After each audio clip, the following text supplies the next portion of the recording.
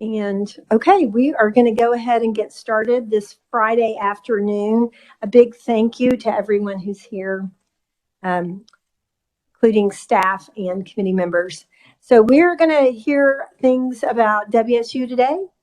And we would just like to welcome Dr. Rick Muma to the podium. Come up and we'll just go ahead and get started. What we tend to do is if there's a question, even when you're presenting, we may stop you and ask a question if that's okay with you. And then definitely we'll leave time at the end for questions. So welcome to committee. We're glad you're here. Well, thank you, Madam Chairwoman, Ranking Member Woodard, and other committee members. Happy Friday. I know you all look forward to your Fridays. Like I do. I believe you have this document in front of you. I'll just be going through that real quickly. The first slide, if you look at page 2, really outlines what we have been working on for the last several years in terms of our strategic plan. And we're focused every day on 3 priorities to move that forward, making sure that we provide affordable, accessible education, making sure we work with businesses, whoever hires our graduates to meet their talent needs, and then supporting the Kansas economy by increasing prosperity. And I'll talk about each one of those. If you look on page 3, one of the differences of our university from some of the other ones is just a particular makeup of our student body. We've become very diverse over the last several years. We've really noticed this. So 1 in 4 of our freshmen, the students who comes to the university, is an underrepresented minority. 1 in 5 students who are Pell eligible, so these are lower income students who are enrolled in the 6 state schools, are enrolled at Wichita State. And we're on track of becoming a Hispanic serving institution by the end of this decade, sooner if we put policies in place to help influence that. The other thing that is important to know about our area of the state, and particularly Sedgwick County, there's about 83,000 people, the highest educational attainment they have. These are people between the ages of 25 and 35 as a high school education. We know with the new economy and the changes, they're going to be required to have something additional. So we're really hyper-focused on getting those individuals either to WSU Tech or Wichita State University to help them increase their value to employers and really be able to make a difference in their families. So that I see this as an opportunity. It's one of the reasons why we're growing as an institution. We had the highest enrollment in 30 years this past fall. We're back to pre-pandemic levels. And if you look on the next page, you'll see the graph from the beginning of time of university or our enrollment.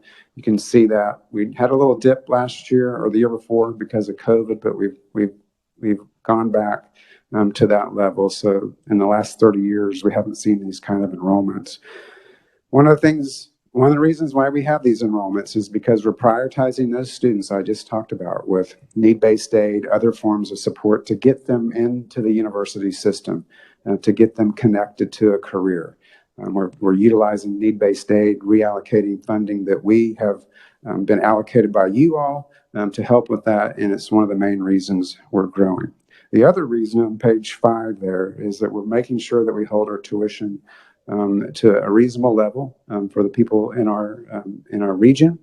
And you can see by looking at that graph there on page 5, we are the lowest in terms of tuition and we believe the best value if you look at what we offer and compare us to other universities, other research universities in our region. If you go on to page 6, I just want to point out one of the things that I mentioned already. One of the reasons why we are growing is because we have prioritized need-based aid at the university. We reallocated between $5 and $6 million to students out of our current general use funds to this purpose.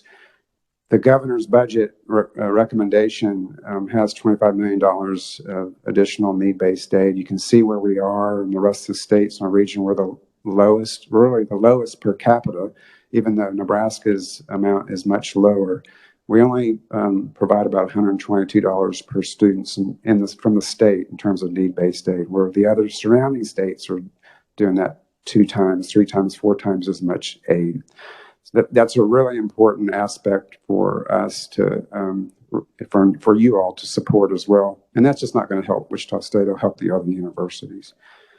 So that's the first priority, making sure that we focus on access and affordability, and I believe that's really working what we're doing at this particular time. If you look on page 7, the second priority is making sure that we're working with businesses to provide a talent pipeline. So, several years ago, we started recruiting out of state, providing in-state tuition in the metropolitan areas of Kansas City, Oklahoma, Tulsa, Dallas, Fort Worth, Houston area. And not just because we did that because we knew, first of all, the populations are growing down there, but there's also a connection to our university in those cities. Many of the industries that are located in Wichita are also located in those metro areas. So it's not a big leap for people to think about coming to Wichita. But the other more important reason to do this is to bring new people to the city, to our region, to the state. As you know, we're not growing as a population. And if we can get more people here connected to business and industry, we can really make a difference. And that's important. If you look on slides 8 and 9, go ahead. Just really quick.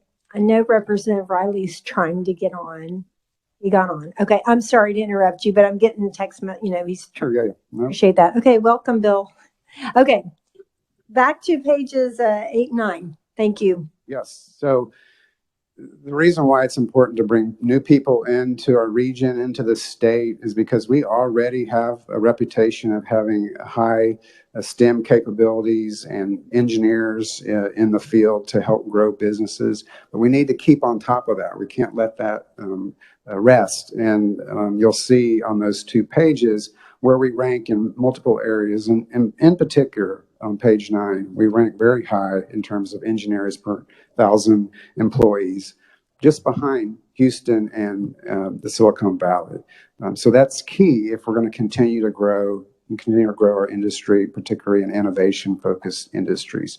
And if you look at page 10, because of all this work of affordability and access and making sure that we're connecting students to business and industry, we now know through our paid applied learning experiences that students have with the companies, many of them are located on an innovation campus, that there's over 5,000 students earning about $26 million, in addition to the aid that they would get through need-based aid programs, federal government, Pell Grant, and so forth.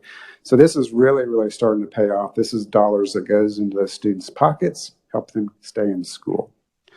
So the third priority is all around increasing economic prosperity for our community.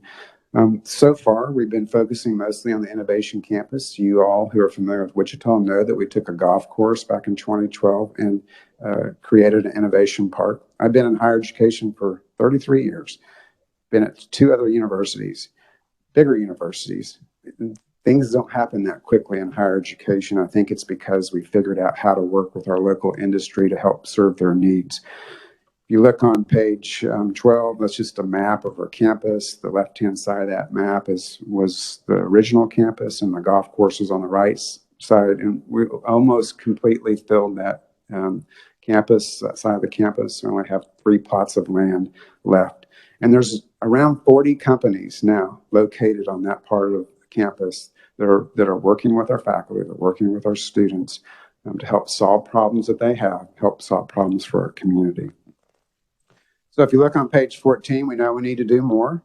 And so we recently launched an initiative around digital transformation and also the Industry 4.0 and health sciences. I'll talk about each of these. And many of you have heard about NIR Works. This is a recent initiative that we've launched, and this is all due to COVID, as many of the international travel and even domestic travel has lessened. We're all sitting at home, people are on Zoom, ordering things online, and so cargo capacity needs to increase. Through our intellectual property and our research in the National Institute for Aviation Research, we figured out how to modify aircraft. And we've just launched that program, and that will ultimately lead, we believe, to about 1,000 jobs for professionals, but hundreds of jobs for our students who will ultimately take those jobs as professionals when they graduate. We call that a learn and earn program, where they're actually working alongside engineers and other professionals to learn their skills and education, and ultimately be prepared to take a job when they graduate. So that's a major focus of what we have been working on in terms of the aviation part of our research. The next slide on page 16. I've been talking to KU for a number of years about combining our educational programs into one academic health science center facility in the core of Wichita. I'm biased a little bit. I'm a healthcare provider myself. I was trained in the largest health science center in the world, the Texas Medical Center in Houston. I can't tell you how enriching that was for me as a student, but the amount of innovation that comes out from those kinds of facilities is really, really remarkable. So we're working with KU. We've actually hired an architectural firm to design a facility, bringing all of our disciplines together in the core of Wichita. Any city that wants to grow or is growing has something like this at its core. And I and others, including KU, believe that this is really something that is needed in our region. It's one of the areas that we have not focused on in the South Central area over the last several years. If you go to the next page, page 17, this is just an aerial view that was taken just Monday of our innovation campus, the east side of our campus. And this is really where we're focusing on digital transformation. I want to call out 4 projects that are currently under construction. Woolsey Hall, which is the home of our new business building.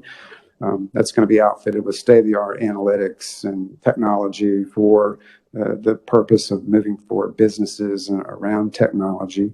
NetApp, which is just completed, it's just now opening. This is a data cloud storage company that is built their headquarters on our campus, and they hire hundreds of our students, and we've had a long-standing relationship with them. This is really going to help further solidify that. The Deloitte Smart Factory is complete and is getting ready to open as well. Again, this is something that will help local industry make a transformation to the factory of the future, very key, particularly in the Wichita region. And then we just broke ground on the National Institute for Research and Digital Transformation at the corner of 17th and Oliver. So if you think about digital transformation, it's basically a 3-legged stool. We have degree programs that we've developed around data science and data analytics and cybersecurity and digital arts. We have now these new relationships with companies and labs and NIAR that are working on this new digital transformation area. And this new facility on campus will take some of those new ideas, those new processes, those thoughts, and evaluate them. Some of them will spin off to new businesses, and that means more jobs for our community and helping our community make this transformation and digital transformation. So the next slide is really the most important slide I can leave you with. So what has been the return on investment on this project that we've been working on for a number of years? Project, really what I mean is the new Wichita State. So you can see on this particular slide, back in 2012, we started talking about the planning of this. We adopted a new strategic plan in 2013. We started talking about transformation of the east side of campus into the innovation campus in 2014.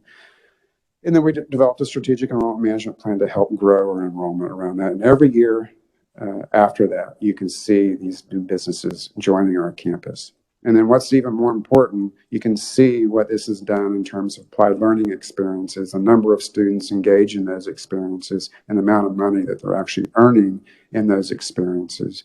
This has attracted significant increase in grant awards. For many years, we only brought in about $50 million a year. We just surpassed 180, and we'll be going over 200 million this next year. And then the recruitment, bringing new people to Wichita to get them connected to applied learning experiences to business and industry in our city. From the I-35 corridor, you can see that growth over the last several years, and well over 1,100 new students are coming to Wichita every year and studying. And 70% of our undergraduates stay in Wichita when they graduate. So that's really the return on investment of all of this work and all those 3 priorities: affordable, accessible education, feeding the talent pipeline, and increasing economic prosperity for our community. Next slide, the budget requests that we're supportive of, that KBOR is put forward. There's 4 things really that are very meaningful for us to continue this work. And I've already talked about need-based aid. That really will transform not just our university, but the rest of the universities in the state. So allow new people to come into higher education.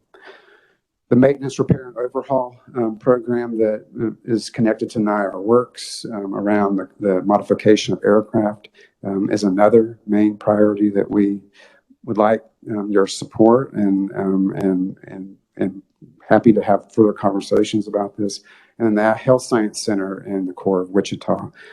We're also very much involved because of WSU Tech and the recentering conversations, and because of that has not been adjusted over the last several years, it really has added up to more than $20 million to WSU Tech in terms of lack of resources as they've grown and other institutions haven't. So those are the four areas that we really want you to understand that we especially want to focus on this particular legislative session. And I'd be happy to answer any questions. Thank you so much. I hope committee you have questions. My first question is up for page 17. Can we just take a new picture when it's the summer and everything's green instead of red? Yeah. Well, I actually told them that could you go back when this is early in the morning, so when the shadows aren't in place there. And I had to think for a minute where's Oliver and where's 17th? Okay. All right, committee, what questions do you have for President Uma? Yes, Representative Raja. Thank you, President, for being here. That was one thing I was very curious about, is the I-35. I won't call it an experiment because I don't think it is, but we talk about ROI. Is it meeting the goals that kind of were projected as far as to bring these students, especially from the South? Is it working the way it was envisioned? Yeah, I'd have to say it's working better than we thought. When we first put this proposal forward, we thought we'd get a handful of students. But what we've found out is because of our focus around applied learning and the connections that we have to business and industry in those areas, it's not a hard sell. And I go down to Texas, Oklahoma for recruitment trips, and I talk to parents. So why are you interested in sending your son and daughter to Wichita State? Is price, the size, it's just much smaller. Many of the universities in Texas are 50, 60,000 students, or get lost in the system. And then the third, most important thing that they talk about is the applied learning experiences that they receive. And they know that they're going to be able to not only have that experience while they're in school, but have a job waiting for them in our city afterwards. So, as I said earlier, about 70% of our undergraduates stay in the area after they graduate. I want to talk with the elephant in the room because it may not be a budget situation, but last year we really didn't have a time to meet with all the universities. Last couple of years efforts, I assume, have been resolved so that Wichita State students know that is a place of free speech and all ideas. And if somebody's invited by a student, that person, regardless of political persuasion, will be able to speak, and we don't get into this problem, because it doesn't play very well up here when we hear those stories. And it's not just Wichita State; it's our other institutions. But could you address what's been done there? Yeah, I appreciate the question, because this is probably something I talk about the most in the community, on campus.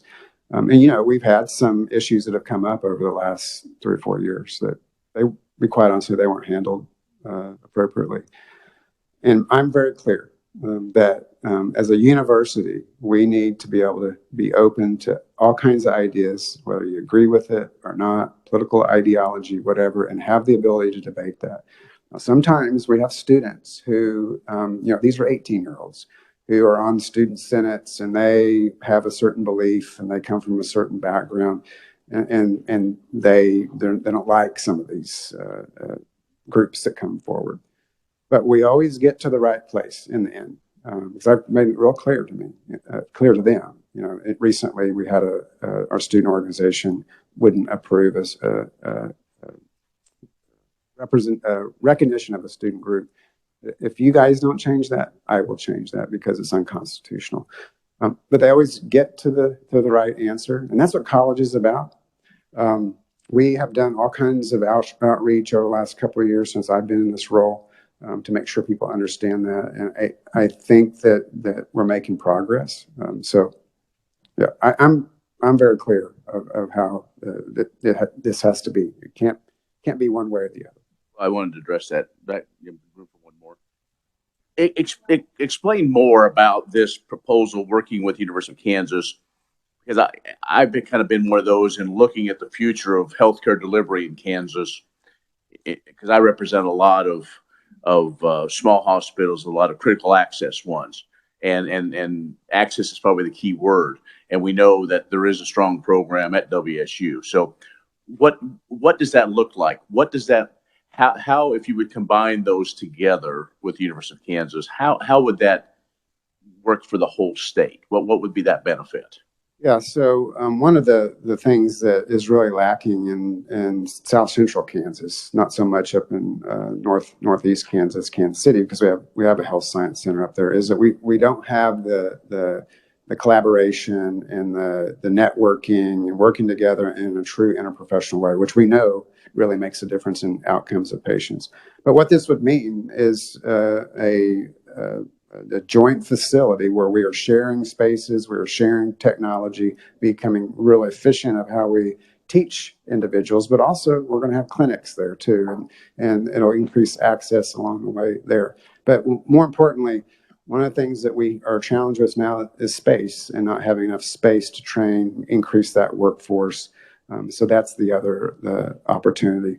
But when it's all said and done, what this really does, besides the workforce, is it increases opportunities for innovation. A molecular diagnostic lab that WSU launched beginning of COVID really proved to me, if we come together in our technology fields and our healthcare fields, we can solve a problem. And we did. We were able to keep the state open and healthy and safe, and our businesses operating. I think one more, and I'm sorry, and I'll probably have more, but I appreciate the things you're doing. So tell us a little bit more about this. I think it's one of the requests.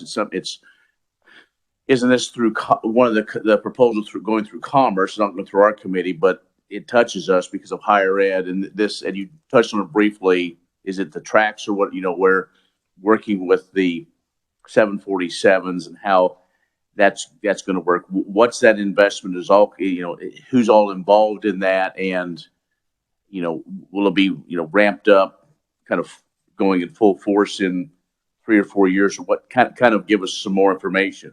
So you're talking about the modification program, the freighter modification program. So we developed the intellectual property to make that happen, and have partnered with some local business individuals for capital to help move that forward. We've already received at least one 777, and we have 2 or 3 that we just got word that were coming. So this work has already started. What we're doing right now is getting all the certifications in place before that is put in production. But this is in a matter of months where we'll start rolling this out. It's not going to be 3, 4, 5 years from now. And this will be part of. Will this be a for-profit arm of Wichita State, or as far as? This is part of the National Institute for Aviation Research. They're the ones that are doing this work. So they have the research and intellectual property that they've come up with to do this work, and now they're partnering with other aircraft aviation companies for the capital and to make that work. Yeah. But the first one, or the only one's going to be at WSU, is that correct? Or in Wichita? Or so the first location is just right there adjacent to Spirit, and then Salina is where we're going to expand, and then also Topeka. Yes. Yeah. That's it for now. Thank you, Madam Chair. Yep. Just one housekeeping.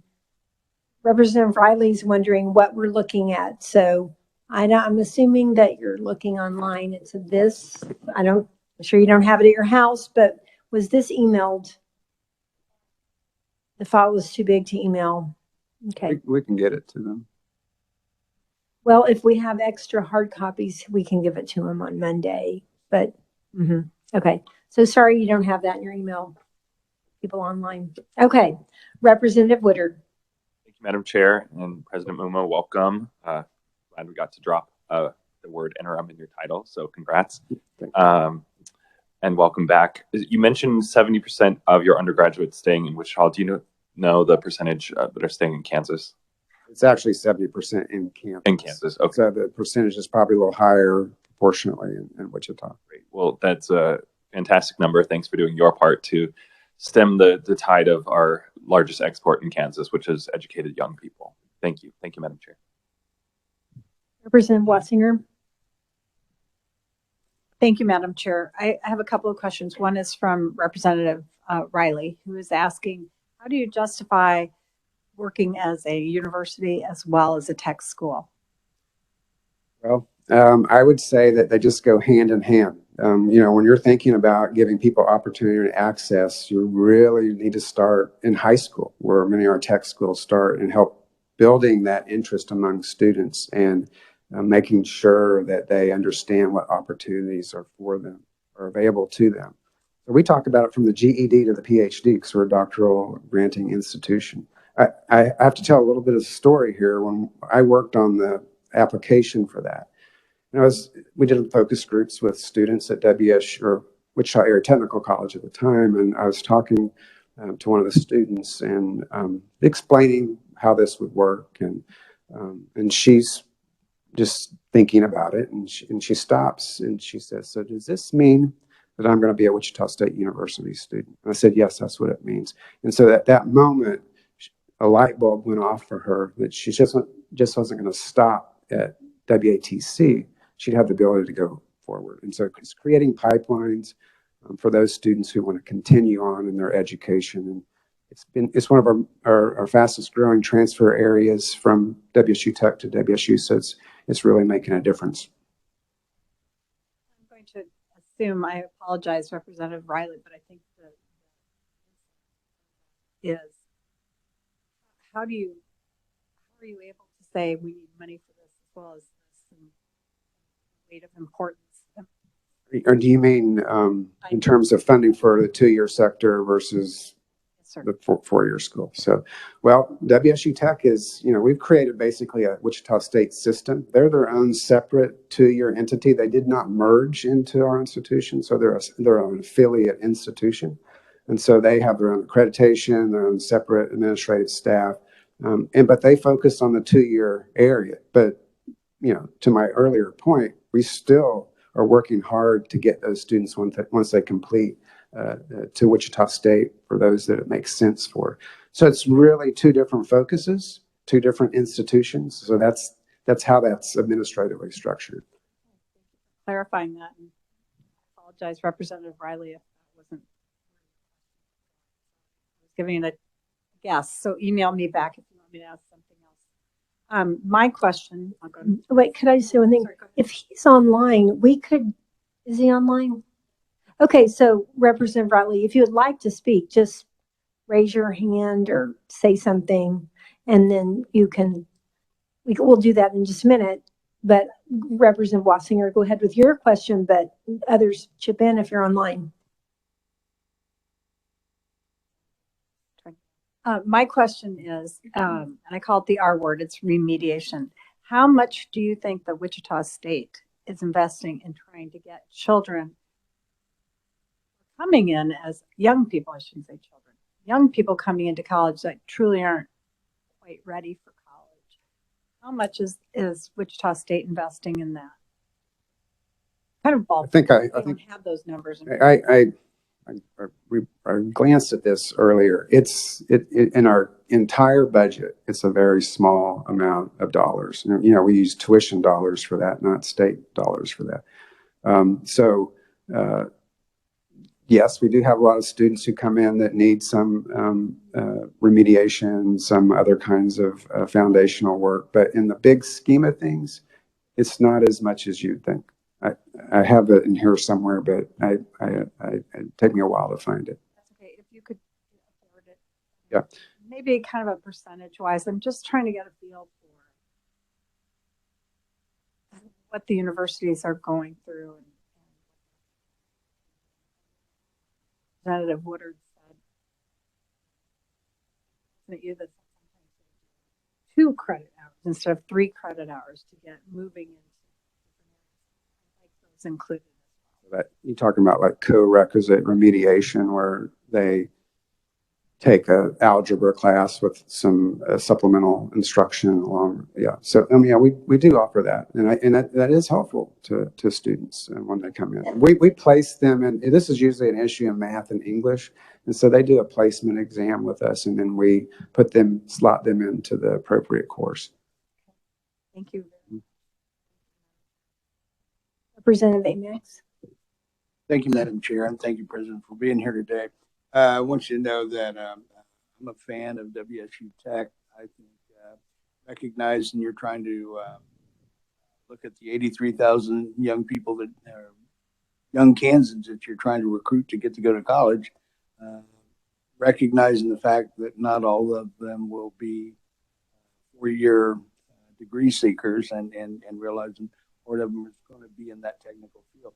Going to be working with business, you got to be able to understand what their needs are, and it sounds like that you all are doing that. Great, thank you. Okay, I did have a few questions, and if anything else comes to mind, y'all chip in here too. The downtown college the health professions, KU Medical School, all of that together. Now, will you also be kind of coordinating or working together with our new medical school? Good question. So I don't know how much I've said before, but I'm biased a little bit because I'm a healthcare provider. Started out my profession as a PA and trained in the largest health science center in Houston. So I've always been comfortable with the idea of getting my education in that kind of environment from a number of people.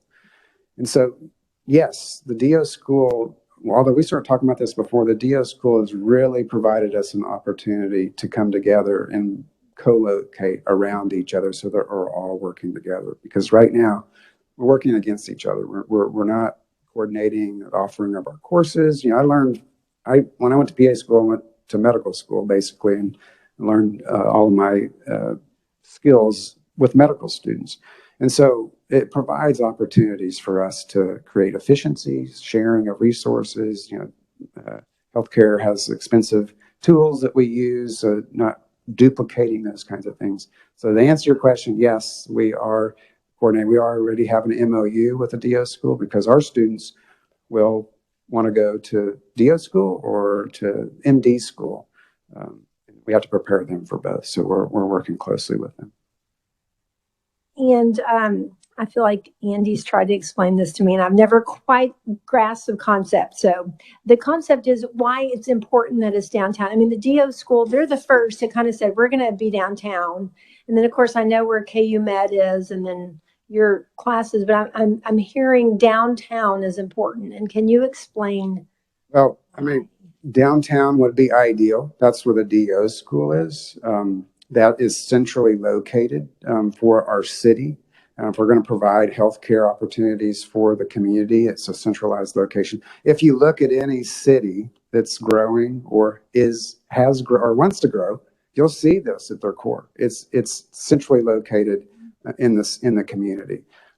But we haven't really decided if that's where it's going to end. It makes sense to me, since the DO school is downtown, that it needs to be in that vicinity. And do we have a time frame for kind of this? Well, we're trying to work out funding where we will be putting a Sparks proposal in for this with KU. If all the stars line up, then I think the soonest that we could probably start constructing a facility would be in January 24. We need to get approval from the Board of Regents. We need to do the design phase, architectural design phase, and that takes a while. So, getting way into 2023 is when we'd be able to start probably.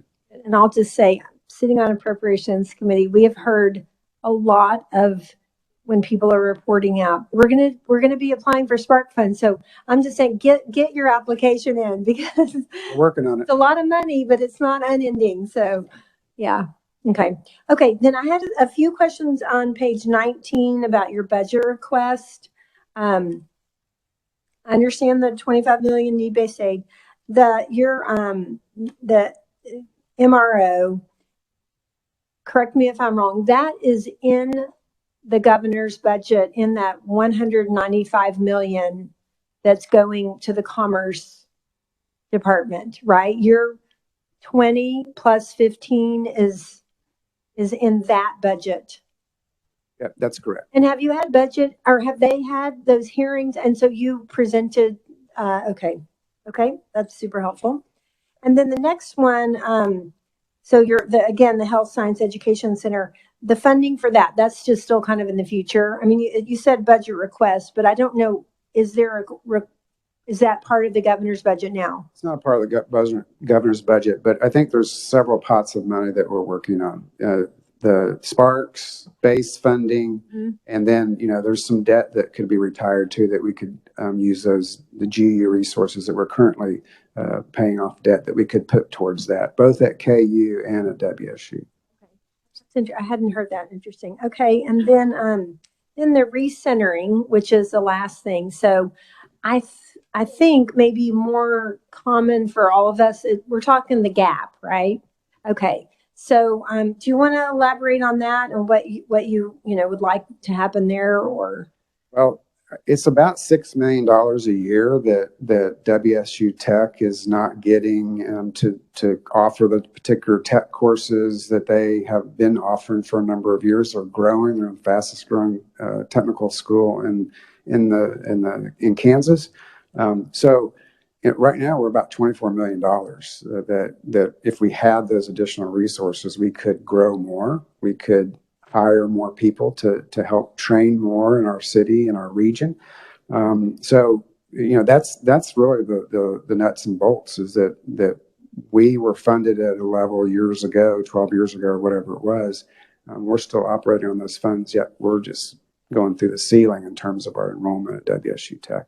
And we're having to, reallocate, not do things, and not help produce jobs is what we're trying to do. I do think that just committee and for everyone, that's something that we're interested in addressing, how to not, for the ones who are being overfunded, not just cutting them off in 1 year, but, trying to figure out the best way to make sure that we're totally works open for everybody. We understand that, but but we're not just going to ignore it this year. I don't think. I think we want to try to address things. Yeah. So that seems like everyone's on board with that. Okay. I mean, I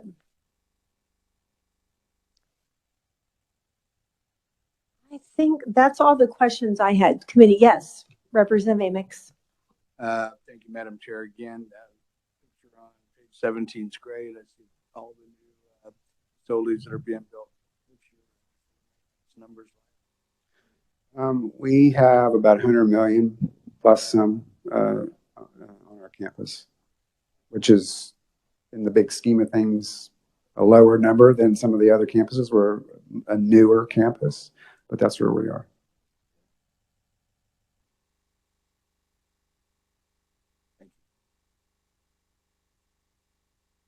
Okay, Representative Riley, would you like to? Are you there? You can ask.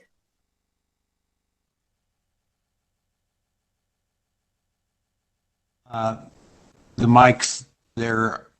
Okay, we can hear you now. People have been talking. It's been kind of breaking up. Can you hear me all right? Yes. All right. So I'd like to ask that same question I asked the last three folks that were there. How do you know, just because someone graduates and gets a degree, that person has learned? Particularly, I visited with the folks from Emporia yesterday, and they actually have a guarantee on their program, or at least education program, that if someone goes out and doesn't, for example, in engineering, doesn't get a certification, education doesn't pass a praxis, that they can actually come back and take free classes in order to be sure that they did learn the information they needed. I think this is very important after having a couple of years where learning at the university level has been marginal with online learning. We want to make sure that the students that you're graduating actually are getting their money's worth out of their college or out of their university experience. So how do you prove to me or anyone that if they got a degree, that they learned enough, that they have the information they need to get that job and pass that certification? Thank you. Good question. I want to tell you that Wichita State, this is one of the things I did before I was president, before I was provost, is worked on assessment for our students. And every one of our students gets assessed before they graduate, and they have to meet certain competencies before they graduate. It's done differently in different programs. And I would say that, with a few exceptions, we have ample proof that our students are being educated and they've retained that information. We have very high pass rates on all of our certification exams that require that. Not all students have to do that.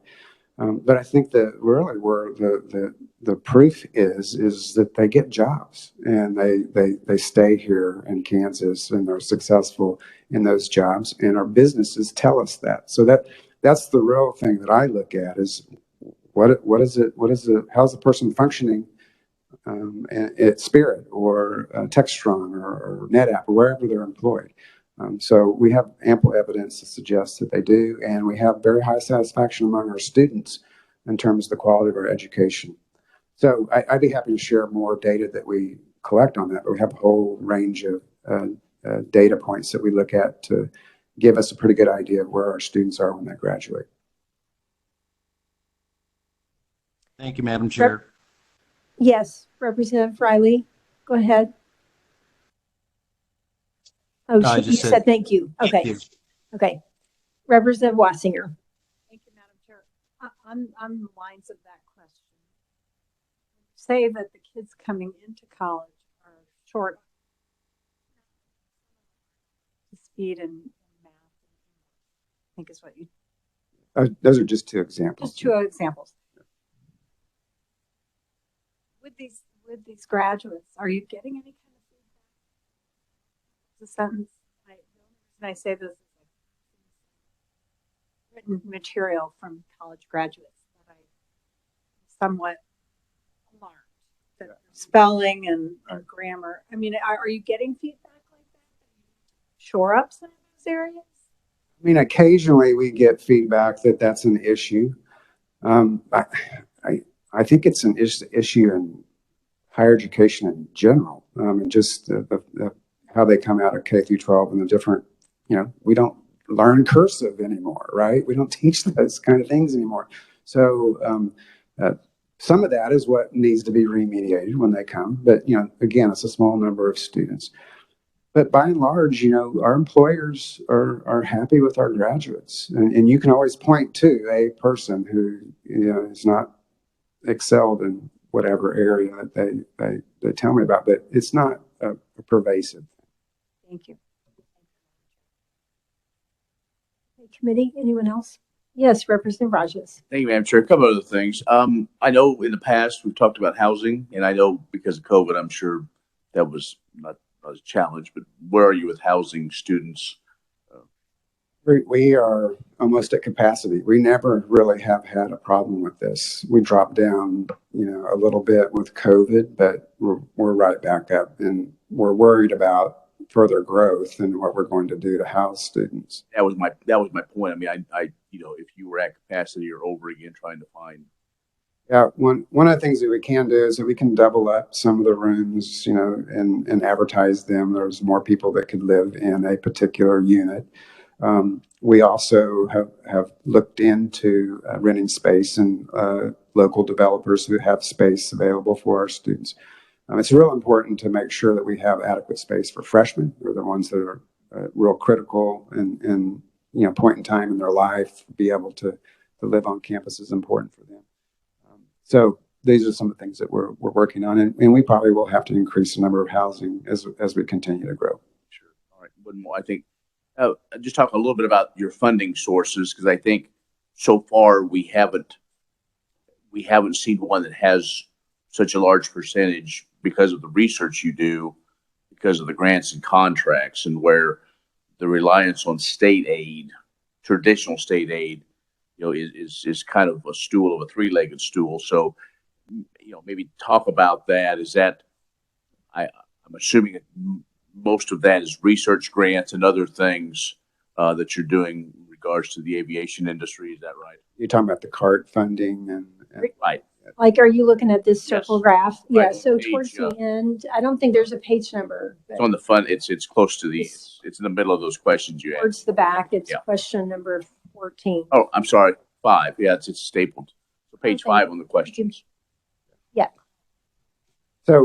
So yeah, I would just say that the funding that we're getting from the state to help further that it's been multiplied by tens of millions, hundreds of millions of dollars, not just in direct research funding, but that spreads out into the community indirect kinds of funding. So I'm not sure if I'm answering your question, but that has been very useful to be able to gain these, make these gains in aviation research and keeping people employed in new projects like the modification program. And kind of to pigtail to that, look at sales and service. So what would is I assume is athletics its own corporation, or is it a Wichita State? It's an affiliate. Okay, so it is. So then what would sales and service be? That technology? It could be anything from books, food, could be athletic kinds of things, tickets, and those sorts of things. Anything to do with this? Any kind of sale. Yeah, and then also industry work that we do with NIA. Okay. Yeah. Because I think we look at the other research institution, we're gonna find budgets like that. Just kind of give us an idea of comparing apples to apples, just as looking at funding sources. So thank you, Madam Chair. I have this little card. I think maybe Zach gave it when he visited sometime. But interestingly, it has FY21 and then 22 operating budget, which is the funding, matches 22, but 21, your sales and service was around 90 million. This is 127. So it's gone way up in 1 year. Significantly. And that's NIR related research. Okay. And then grants and contracts also went up like 22 million. Yeah. And I think you explained that. So it was interesting to kind of compare it to 21. Glad you looked at that. That's a new little document we produced I'm this year. sure that Zach could get these to anyone on the committee that would like that. Okay, Representative Wassinger. Thank you, Madam Chair. I'm a little curious about how you all handled COVID. Did you keep everyone off campus? Did you go totally remote? How did you segue back into a post, which I think is a loose term, post-COVID teaching? Yeah, so, well, we all went remote in March of 20, but we came back as an institution June 1st of that year. And our courses slowly have now all pretty much moved back to in-person. That first fall 20, it was probably a lot more remote than it was in person, but now, we have students complaining about parking. So I know that there's most of the students are on campus. That's a very good thing. Thank you. Representative Riley, are you there? I think you have another question. Yeah, thank you, Madam Chair. First of all, I would just like to say that, Madam Vice Chair, your mic is not coming out very good because even the words below your speaking, I can't read those to keep up with your questions. So appreciate it if I could hear it better. My question has to do with something that you just mentioned, and that is these affiliates. I understand that concept from a financial accounting standpoint, but seems like WSU has a lot of different affiliates, including the tech college. And so how is your expectation of the crossover or funding for each one of these affiliates it starts becoming very confusing from a budgeting point of view of what you are sharing with an affiliate, what you're not sharing, everything from marketing to administrative costs to whatever. So can you explain a little bit more about your boundaries with your affiliates? Thank you. All of our affiliates, we have controlled and non-controlled affiliates. Controlled are like athletics or student union corporation, where our bookstore is, and then we have the Alumni Association, Foundation. Those are non-controlled affiliates. None of the budget that we receive from you all or that we generate from students and student fees and tuition is used to pay for any of those things that you mentioned, like marketing or anything. They have their own budget and they have their own way of paying for those outside of what the state gives us and what we bring in tuition. Representative Wassinger. Thank you. You're welcome. I hope this is better. I used a different microphone. My question was, have you gone through and found what kind of programs just are not making the grade in a way of saying that you're going to stop? Are you constantly going through to check to see what is working, what isn't, and what you should delete and what you should keep? Yep. We have a very robust program review process. That's what we call it. Our departments every 3 years review their programs and we look at outcomes. It's reviewed by a committee, it's reviewed by the provost, and a recommendation is made for either enhancement or discontinuation or whatever. We've closed a program recently in liberal studies.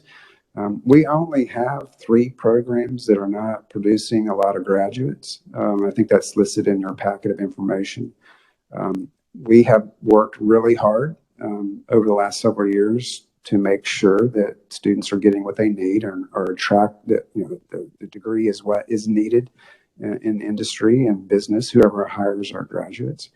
The other thing I want to just say is that because we're growing, we don't really have a problem with low enrollment programs because we have students coming into the university enrolling in many of the humanities and social science degrees even. So, but bottom line is that we work really hard and we don't have very many programs that are flagged for low enrollment or low degree productivity. Thank you. And for the benefit of high school students that were telling me that they're watching our meetings, if you would define NIAR for them. Is a research institute. It's called the National Institute for Aviation Research. So it's where we use use our skills, but also our research capabilities to solve problems in the aviation field. Wonderful. Thank you. I think they can. It's fascinating. I hope people can get a tour there sometime if possible. Okay, committee, I think we're about questioned out. I know I have just a couple things, but before I close off, does anyone have anything else? Okay, I would call your attention, committee, to the answers to the questions that we asked Wichita State. It begins, it kind of starts the pages over, page 1, and one of the questions Representative Wassinger asked, there's a little more detail, like question number 4. They talk about their fees, and then funding, and there's a whole piece of your maintenance, deferred maintenance, just capital improvements that are coming up. And so I think this is good information. All the universities are providing the answers to these questions, which I think have been super helpful. Okay, I did have one last thing, and it has to do with your capital improvements and your deferred maintenance and right sizing. That's kind of something we've been hearing about, is right sizing the campus. And from what I understand, Wichita State has done a good job of getting rid of some of the buildings that you need to, but I'm really upset about Cessna Stadium demolition because my children have run track there. I've been at many events there. I'm really kind of joking because I think that's what universities are going to find, is that when they start right sizing the campus, people are going to have these emotional responses. So especially Yeah. at Cessna Stadium. So I do want to tell you that we do need to do something with that stadium. It's not safe. It's not fixable. And so we're actually working on a plan right now to figure out how to do that so we can also continue to have a state track meet there. So we don't need all of those seats in Cessna Stadium to have that. We need about maybe between 5,000-7,000 seats for that. So we're working on that. We're working on several other projects. We're getting ready to, once the business schools, the new business building is built, we're going to renovate the facility that they're in now and move a bunch of student services into that one facility called the Shocker Success Center. And that'll allow us to take off 5 buildings offline that are currently in those where those offices are located. And then we have plans to remove another building after that when we can figure out how to move one of our museums out of it. So we are very much focused on getting rid of some of these old, non-usable, ugly, I hate to say, buildings. Ugly in some people's eyes, right? But no, thank you. That's right. Okay, thank you. Oh, last thing I did want to say, thank you so much also for your large population of international students. For years, we either have had a student that we've adopted. We have our son now that he's been with us. I mean, he doesn't live with us. He lives, I mean, he's gone to, but we do all holidays and everything with him for now, probably 4 or 5 years. So he'll be graduating. But your interest in international students is really appreciated. Yeah. And you may be interested to know that we've had a huge influx of international students this year. No, I didn't know. Do you have any statistics on that, or? We were up about 20% this past fall, equal amount this spring. We have about 700 more international students on our campus than we did last year this time. So a lot of that is probably some pent-up demand because of COVID and individuals couldn't travel from other countries. But yeah, we're very excited about that. In any particular part of the world that they've come from? Mostly India. That's where we're seeing most of the students. Yeah, great. Thank you. Okay, committee, I think that I don't want to cut anybody off, but we really appreciate the presentation. It was helpful, and just thank you for everything you're doing. Mm-hmm. Okay, committee, on Monday, we will have KU. Shirley will be wearing her red and blue, as you can imagine. Y'all feel free. It's also Valentine's Day, so everyone can wear red. Okay, anything else for the good of the committee? Okay, thank you. Yes, Representative Rajas. Okay, remind us, I think you told us yesterday, but we're doing the recommendations On the 21st, which is Monday, the 21st is the last day for committees to meet. Next week, we'll have Monday through Thursday presentations. So be talking to Jill if you think you may have, amendment or something for their advisor, or speak to Shirley too. So, okay, committee, thank you so much. Have a good weekend. We're adjourned.